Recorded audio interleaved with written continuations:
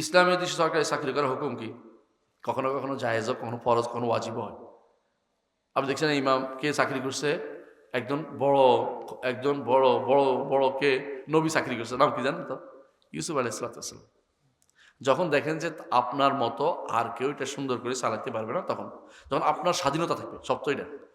আপনাকে যদি কোনো সরকারি চাকরির মধ্যে কুফরি করতে বলা হয়, তখন জায়েজ নেই, শিরিক করতে বলে জায়েজ নেই, কথা পার্থক্য আছে। আপনার স্বাধীনতা আছে, আপনি যা করতে পারেন তখন। যেমন আমরা ইউনিভার্সিটির শিক্ষকরা কোনোদিনে কারো কথা শুনি না, আমরা হকটা পড়াই, আমি আমার মতো করে আকিদা পড়াই, পড়তে বাধ্য। আমার ডিপার্টমেন্ট পড়লে আকিদা পড়ে শুদ্ধ আসতে হবে, নইলে চুরি করে হইলেও আমারটা লিখতে হইবে, যেটা লিখতে হবে এটা লিখতে হইবে, নইলে পাশে করবে না, ফেল করে পড়ে থাকবো। বুঝছেন না কথাটা? সরকারের হস্তক্ষেপ করার কোনো সুযোগ নেই, এত স্বাধীনতা আমরা ভোগ করি। এরকম স্বাধীনতা আপনারা চাকরি করবেন যে কোনো জায়গাতেই। আপনি যদি এরকম স্বাধীনতা পান চাকরি করবেন। যদি কোনো আপনাকে বলা হয় ওই নীতি অনুসারে তোমার চলতে হবে, যে নীতি কুফুরি, না না না, ওই চাকরি আমি করবো না, ওই চাকরগিরি আল্লাহ আল্লাহ আমাকে মাফ করতে পারবে না, কথা বুঝছেন কিনা? তবে কখনো কখনো গুনার কাজ যদি আপনার দেওয়া, গুনার তো আর কুফুরি এক জিনিস না।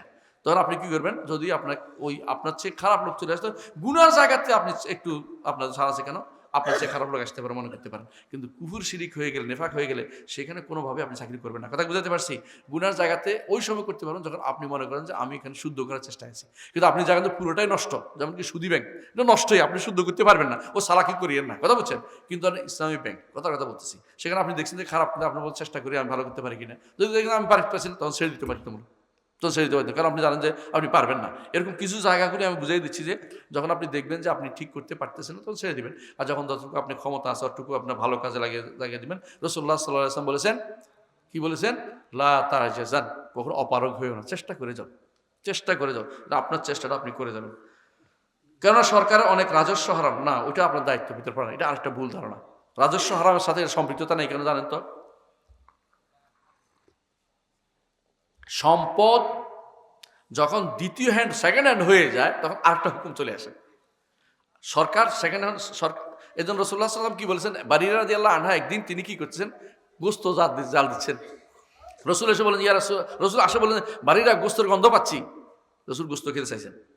তো বারিরা রাদিয়াল্লাহু আনহা বলেন, ইয়া রাসূলুল্লাহ, আপনি তো খাবেন না, এটা সদকার গোস্ত। সদকা তোমারে দিছে, সদকাটা তোমার, আমাকে যখন তুমি দিবে এটা তো তোমাকে সদকা হিসেবে যাবে না, কথা বলে খেয়াল করেন, আমাকে হাদিয়ে দিবে। আমার কাজটা, এই যে আমি এটা বলতেছি, ফার্স্ট হ্যান্ড যদি আপনার শুদ্ধ হয়, সে কোত্থেকে আনছে এটা আপনার দায়িত্বের ভিতরে পড়ে না। কিন্তু কোম্পানির মালিক যদি কোনো, ধরেন একটা কথা, ব্যাটারি বানায়, হ্যাঁ, অথবা লাইট বানায়, অথবা এইটা বানায়, এটা কি সিরামিক, হ্যাঁ, এটা বানায়, হে কোম্পানির মালিকে আপনাকে নিয়োগ দিচ্ছে এটা বানানোর জন্য। কোম্পানির মালিক আপনি এটার বিনিময় দিচ্ছে কি, টাকা দিচ্ছে, একেবারে পিওর হালাল, কোনো সমস্যা নেই। কোম্পানির মালিক যদি একেবারে খাস সুদের থেকে উঠে আনে, আপনার দায়িত্বের ভিতরে পড়ে না, এটা ওর দায়িত্ব করছে, ওকে হারাম করছে কেন? আপনার কাজ প্রথম হ্যান্ড, ফার্স্ট হ্যান্ড হালাল কিনা দেখবেন আপনি, কথা বুঝছেন? এই যে রাজস্ব আসে করতে গিয়ে আপনার কাজটা হালাল কিনা দেখেন, আপনার প্রথম হ্যান্ড হালাল কিনা দেখেন। সে অন্যায় করলে সে আল্লাহর কাছে জবাবদিহি করবে। আমি তো ভালো কাজ করতে আসছি, কারণ দুনিয়া তো চলতে হবে আমাকে, আমি ভালো কাজের মধ্যে আছি, আমি খারাপটা করছি না, কথা বুঝেন? একজন মানুষ যদি কোনো সুদী ব্যাংকে চাকরি করে, একেবারে কারোর সাথে কোনো খারাপ ব্যবহার করে না, একবারে সুন্দর সুন্দর সুদ বুঝিয়ে দেয়, যাইতে দেবে না? কাজটা হারাম তো, এই জন্য, বুঝেন না কথাটা? কাজটা হারাম। আবার যদি কেউ যদি কোনো ভালো একটা কাজ করে, কোম্পানি চাকরি করে, ওই বেটা সুদ খেয়েছি, তার দায়িত্বটা হালালের ভিতরে আছে, কথা বুঝছেন? ঠিক পড়ানো একই দায়িত্বের ভিতরে পড়বে, রাজস্ব চিন্তা করে আপনার লাভ হবে না এটা। আচ্ছা, বিড়ি মদ এগুলোর কারণে সে দায়িত্ব হবে, সে দায়ী, কারণ আমরা বিড়ি তারা বলি নেই যে বিড়ি খাওয়াইতে হবে, আমাদের দিয়ে টাকা আনতে হবে, এটা বলিনি আমরা। হ্যাঁ, এটা আরেকটা উদাহরণ দিয়ে বুঝবেন সংক্ষেপে। এটা হচ্ছে সাহাবায়ে কেরাম ইয়ার কাছে, এই ইহুদিদের কাছে কিন্তু চাকরি করতেন, জানেন তো? ইহুদিরা সবচেয়ে ধনী ছিল মদিনাতে। সাহাবায়ে কেরামরা কি করতে, পানি উঠাইতেন, পানি উঠাইলে কয়টা দিত, খেজুর দিত, খুব অভাবে ছিলেন সাহাবায়ে কেরাম। ইহুদিরা সবচেয়ে সুদখোর, তাই বলে কি সাহাবায়ে কেরাম খেজুর নিতেন না? এখন তো বলেন সাহাবায়ে কেরাম, হ্যাঁ, সাহাবায়ে খেজুর নিলেন কেন? তারা তো সুদখোর ছিল। এটা না, আপনার পানি দেওয়াটা তো হালাল কাজ না হারাম কাজ?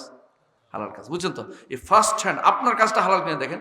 আরেকজনটা আপনার দায়িত্ব হচ্ছে তখন বলা, শোনানো, বুঝানো, না বুঝলে এটা তার দায়িত্ব, আমার কাজটা হালাল কিনা আমি দেখবো, এটারও দায়িত্ব। আল্লাহ আপনাকে শুধু একটুকু জিজ্ঞাসা করুন আপনি করছেন কোনটা, এটা, হ্যাঁ, আরেকজনের চিন্তা আপনাকে আলাদা করতে হবে না।